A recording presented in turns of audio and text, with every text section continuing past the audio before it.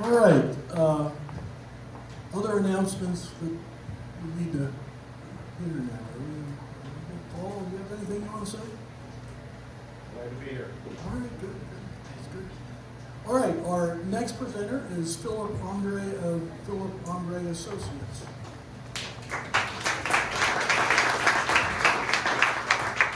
Good morning, everyone. I'm new to the Glenn County and have been visiting here since 1970. And when I was trying to think about what I was going to talk about as an entrepreneur, the first thought that came to me as I was putting on a jacket is that what you wear matters, and it matters to the people you're with. So some of you I see are here in t-shirts, others have got their ties on, some of us have got jackets on. When you're meeting clients, one of the things that I learned very early on is I have to dress to meet my client. And if my client is wearing a t-shirt, and I don't really want to wear a t-shirt, I'm going to wear an open neck shirt and I'm going to forget my sports jacket. If I'm going to a bank and the bankers wear ties and suits and three-piece, I'm going to make sure I wear a tie.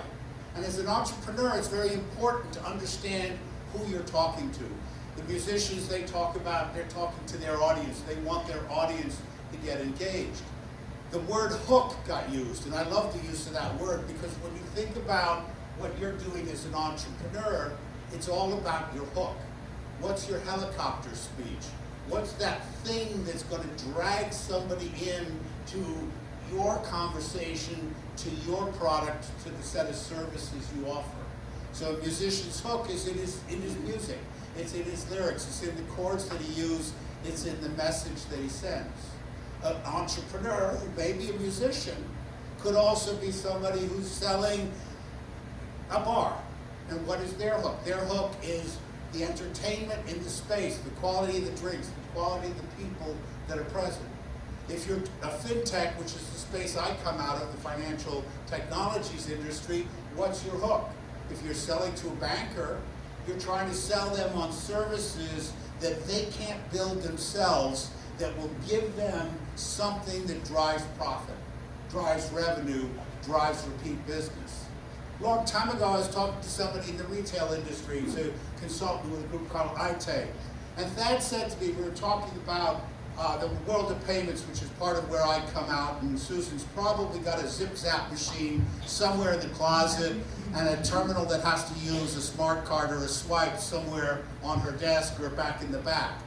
And we were talking about why would a merchant want to spend and invest in the new technology, the smart card, which is part of what I'll talk about in a few minutes. And he said to me, that's only a cost. They really don't care about that. What they care about is filling the size of the basket, how much they're going to shop for. That you are a loyal customer and you'll come back over and over and over again and not go to one of their competitors when they're shopping. And the third thing he said is they want your repeat business. They want the frequency of you shopping. So they'd rather you came in every day because they have an environment that is exciting, that is entertaining, and that serves their needs. So their only interest is in revenue. How do you drive revenue? So focusing as an entrepreneur on how do you drive revenue. And yes, cost is important because you want profit, but your first focus needs to be on what is it that you're selling that somebody wants. What is the hook that will bring that person into your store, into your business, onto your website, that they will want to spend money with you, that they'll want to come back over and over again. Now my history starts in Manhattan. I was born and bred in New York City, originally born at 110th and Amsterdam Avenue, moved to Tenafly, New Jersey, came down to Georgia and went to Emory University, went back to Manhattan as a project manager, building trading rooms for large financial institutions. I was a consultant providing services to a group. What was my hook?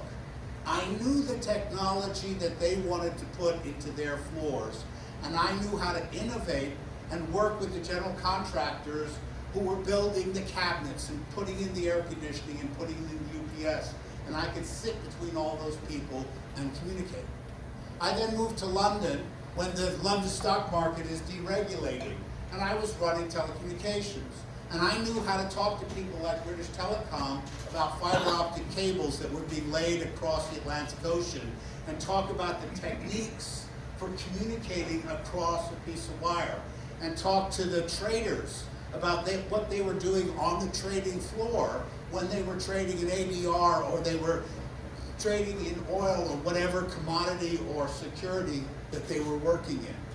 And I remember various incidents during that where you're learning, and then you're taking that learning and using it again over and over. A couple of years ago, and I kind of jump around here, I was at a Rotary conference, I want to say Simon's at the King and Prince. And they had as their guest speaker the president of the Georgia Chamber of Commerce. And he made a very interesting comment. And I see a lot of young people here, so this one is really targeted at the young people in this room. 85% of the jobs that you're going to be able to get when you're finally in the job market do not exist today. And the message behind that for us that have gray hair and are in our 40s and 50s is continuous learning is what is required. We have to continually update ourselves with what is happening. And yesterday at Rotary, we had six high school students talking to us in a public speaking debate contest that we at the Rotary on St. Simon's were offering. And what was really interesting is how they understood that technology was changing the world, and that we had to keep up with that technology, and if we don't help others find their way to using that technology, and more important, understanding that technology, we're going to leave them behind. Some of you will hear about something called the Fourth Industrial Revolution. This is this idea that we had the Industrial Revolution back in the late 1800s, where the steam engine comes into work. We then see Marconi bringing us the telegraph, and we'll be able to communicate around the globe. We put fiber optic cables down, and we're able to make that communication much more fluid. And today we're able to take all those jobs that only need a terminal, and we're able to export them to India and other places around the world. This fourth industrial revolution is all about artificial intelligence. It's all about machine learning. It's all about the idea that today, how many of you have sat there and talked to a robot who's trying to tell you something or ask you questions so that you can finally get to a human being, and the frustration behind that? Well, that's part of this voice recognition or natural language interface. Robotics. How many jobs are disappearing because a robot is replacing them, but then how many jobs are being created to make sure that those robots know what they're doing? So continuous learning is a significant part of any entrepreneur's life. He needs to know, or she needs to know, that every year, every day, something is changing somewhere that will affect their business. And let's think about Sears. Sears Roebuck once had a mail order, telephone order business that everybody understood. You've got your catalog, you filled in the form on the back, you put it in the mail, you put your credit card number on the bottom of the thing, you made a phone call, whatever it was. When the internet came around, they missed the boat. They had the business. All they had to do was take that catalog and put it online and use the existing distribution network that they already had. Amazon came along, Jeff Bezos came along. He saw the opportunity to replicate their business on the internet instead of through an envelope put over the telephone. So this mail order, telephone order business become what we call e-commerce. So if you want to stay ahead, the key to staying ahead is to staying aware. And the key to staying aware is keeping up with and coming to groups like this where you get to listen to people talk about what's changing, reading the newspaper, getting out on social media, trying to understand truth from fallacy, continuing to learn about what's happening in your world, to understand that things like distributed ledger and blockchain are a big deal and they will have an impact. And given Brunswick here, which is really a big port, it's a part of a supply chain. Supply chain is going to be one of those interesting avenues that's going to exploit this new technology called the blockchain. Understanding that and how do we grow a community is about understanding what's happening to us where we come from and where we want to go to. And the chamber and other people like that are part of building that environment. And I suspect I haven't made 6 minutes, but I'm kind of feeling like I've said a lot. Well, you have. If I could ask you a question, we have students here who, the way I teach entrepreneurship is that 40% of their grade is determined on April 28th at the Ritz at 6 o'clock. You all are invited to see their presentations. What's one piece of advice you could give them when they get up on that stage and they're going to have 8 strangers determine what their grade is? Because strangers determine the grades of entrepreneurs. Learn how to stand up on stage would be the first piece of advice. Look at your audience would be the second piece of advice. And the third piece of advice is to inject a little bit of humor. And make sure that you're on point and that you keep them engaged in listening to you. You take me back to an interesting story that I thought I wouldn't tell today. When I was 24 years old, I was working in Atlanta, Georgia for a National Data Corporation, which is now a fintech. And I was giving a presentation to a group of bankers. And next to me was a woman, Caroline Burns, and Caroline was kind of a mentor to me at the time. We walked out of that room and Caroline looks at me and says, "Phillip, I'm always going to beat you because I'm going to be able to wear the cocktail dress and you're going to have to only use your words. And I've got as many good words as you've got. So what you look like, and I don't care if you're a male or a female, what you look like and the appearance that you present makes a big difference because the first impression, the first 30 seconds is when you drop the hook and you start pulling them in. And like a musician, it's that first 30 seconds when you play those song games and they play only a snippet of the song and you're supposed to get it. The musician understands that, and you need to understand that same message. What are you going to do in the first 30 seconds? A little tip for our students: tell a story. People love stories, and make it real. All right, another question. I have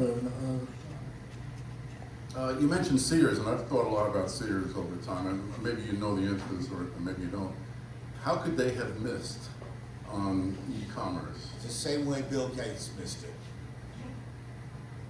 A lot of people, when they saw the internet, and I remember in 1993, I'm working for a company called Europay International, so I'm going to tell a storyline. We were then part of the MasterCard community of things. And I was at the board, and the board started asking me, what is this thing called WWW, the World Wide Web? And there were a whole bunch of people who said, this is a flash in the pants idea. And I fear Sears Roebucks thought it was a flash in the pants idea and ignored the opportunity. And too often that's exactly what companies do. They ignore the opportunity that's in front of them because they believe the way it's being done is the way it shall be done. And the world we now live in, it's changing at a pace that we have to learn how to keep up with. It's changing at an alarming pace. An example of that is if you were in the music business and recording business back in the 50s and 60s, and you stayed in vinyl records, and you didn't get into the changing technology, what happened to vinyl records?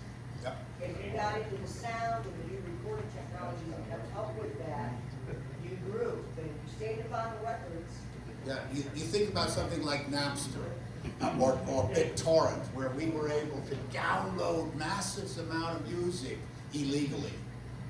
Except if you were in Canada, then it was legal to download, it was illegal to upload. We basically put the record store out of business because technology created an advancement.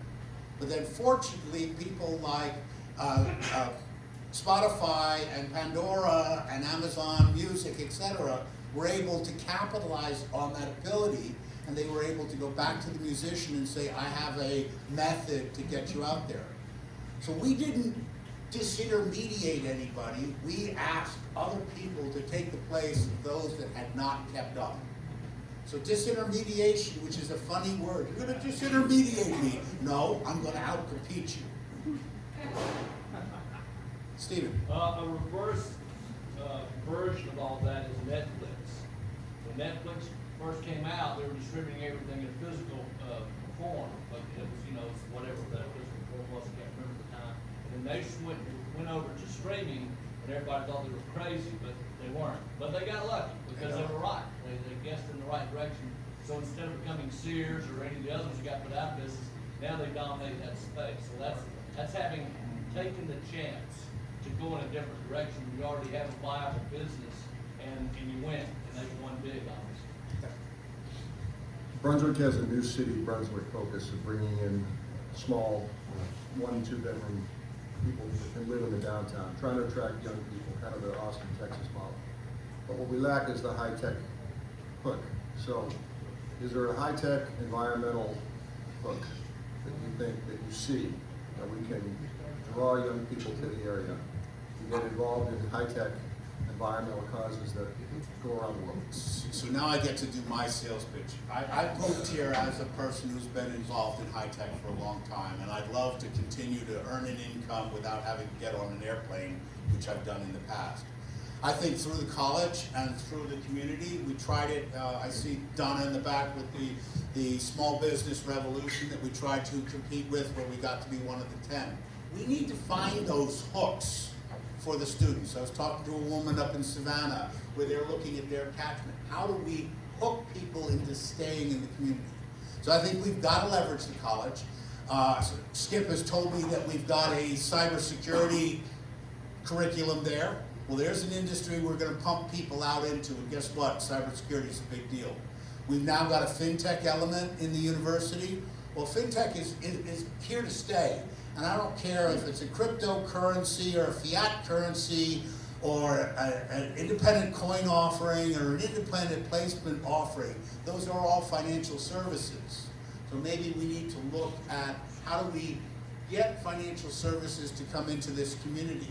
We need to look at our port and our infrastructure. How do we get people who need the kind of infrastructure that we have to come into this community to help us? Now, Amazon, you know, where's the warehouse that Amazon can bring the boats in from Europe and China that can then use the rail that's already here, that can then use the highway that's already here? You know, is Amazon the right one, or do we need to find one of their competitors who's trying to build a new world? Because Jeff Bezos thinks he's going to go broke. Well, what's that next thing? And the community's got to find that. I'm happy to help, and that's one of the things I do. I'm sorry, maybe I missed this, but I have a very good concept of what you're doing, but is there a way you can break down what your business model for Phillip Andreae Associates does? I'm a consultant, Okay. so I provide consulting services to organizations that need help. As a consultant, I'm a mentor, so I will work with executives who need somebody to bounce ideas off of. As a consultant, I'm not afraid of asking hard questions. And sometimes in corporate environments, the politics of survival is not to ask the hard questions.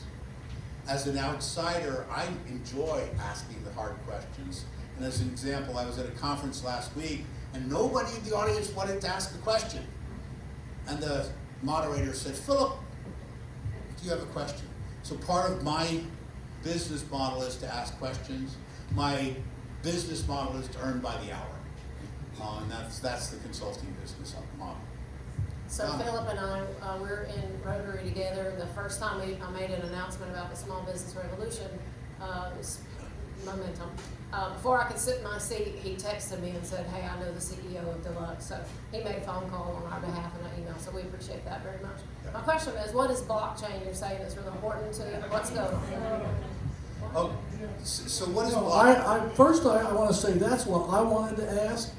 And because I'm a teacher, I've been teacher of the year several times at Mercer, I could connect really extreme things. So I'm thinking chain of fools with our music guys and blockchain. Aren't they the same thing? They are very much the same thing. So what is blockchain? Blockchain is a history of transactions. So let's start with what's in the block. It's all the transactions that have ever occurred in the life of whatever it is we are monitoring. So if it's a Bitcoin rich blockchain, every Bitcoin transaction is in the chain. If it's a supply chain blockchain, every movement of the goods that are being monitored are in the chain. The power of blockchain is every one of those transactions is digitally signed with cryptography. Okay? I mean, think about Enigma, think about how we protect data. Every one of those transactions is signed with cryptography so that nobody can alter the content.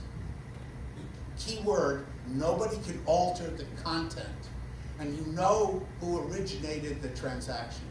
The next piece of the puzzle is that every block is chained to the past. So if you alter history, the future knows. So you can never go back and change the title on a deed of property because you happen to be the court clerk responsible for the deed of property. And the final characteristic is that the distributed ledger is copied to thousands of different places. So if one copy gets altered, the 9,999 other copies are still the same, and the consensus mechanism says, we don't agree with that change. So I have the immutability of the ledger. That's the high level peek at it. Phillip. Phillip, you said you're new here, you don't want to get on airplanes. How are you going to build your consulting business in Glynn County? I fear that I'm going to have to get on airplanes, number one.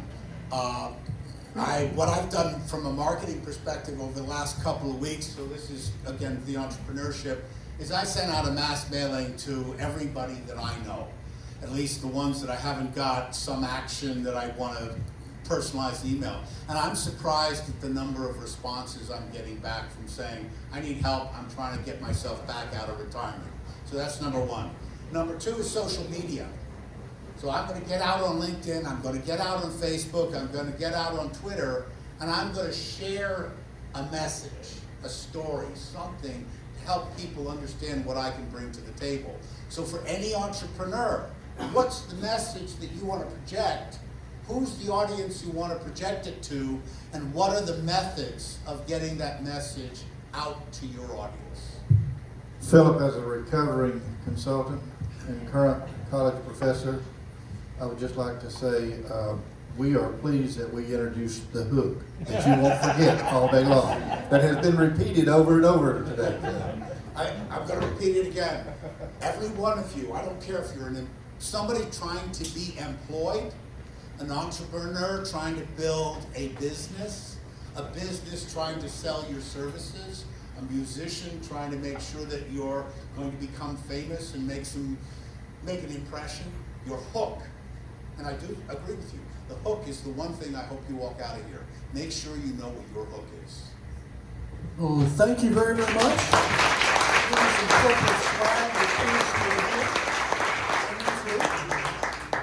Thank you all. Other questions, observations?